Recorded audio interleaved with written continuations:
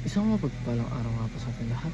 Ako nga po pala ulit si Charles Redroque and this 365 Daily Devotion. So, ngayong araw nga po ay tatalakayin natin about sa Israel born in the land of slavery. And ang topic ko natin ngayong araw ay serving God from the heart. So, ating pag-aaral ngayong araw ay matagpuan sa Exodus chapter 1. And ang sabi pa rito ay ito ang mga pangalan ng mga anak ni Israel na dumating sa Ehipto kasama si Jacob. Bawat isa sa kasama ang kanya-kanyang sambahayan.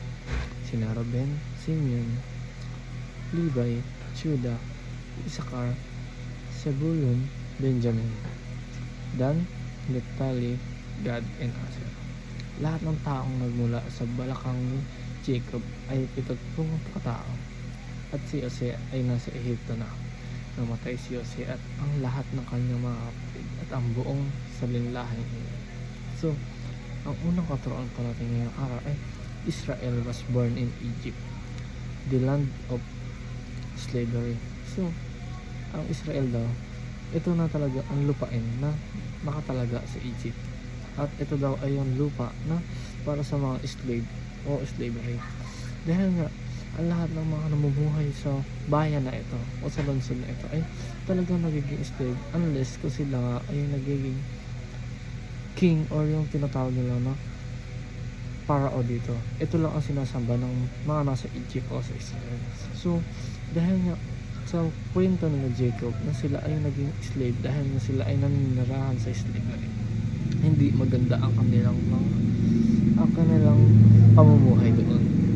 So, ang pangalan naman po sa tingkataran ay Israel became a slave nation according to prophecy. So, hindi lang pala ito coincidence, kundi nakasulat pala ito sa prophecy o sinabi ito ng isang Messiah na sinabi ito sa isang propesya na ang Israel ay magiging isang slave nation daw. So, ang lahat ng mangyayari sa Israel ay talagang alam na ganito, alam na ng ating Panginoon na ganito ang mangyayari, and alam na rin ng ating Panginoon kung sino ang mga maghihirap dito o ang magiging slave. Tulad ng mga kapatid ni Jose at sila Jacob ay talagang naghirap dahil nga sila ay nakatira sa bayan ng Israel. So, ang last naman po sa ating katuruan ay Israel is a picture of all nations under slavery of sin. So, Israel daw ay dito natin makikita sa lahat ng bansa sa mundong ito na nag-under sa slavery na isa raw ay kasalanan. So, kung mayroon pang ibang bansa bukod sa Israel no nangyayari ay slavery, ay talagang ang bayan na o ang lungsod na yan ay talagang makasalanan na rin dahil nga sinasabi sa propesya na ang Israel daw ay napipicture ng ibang bayan.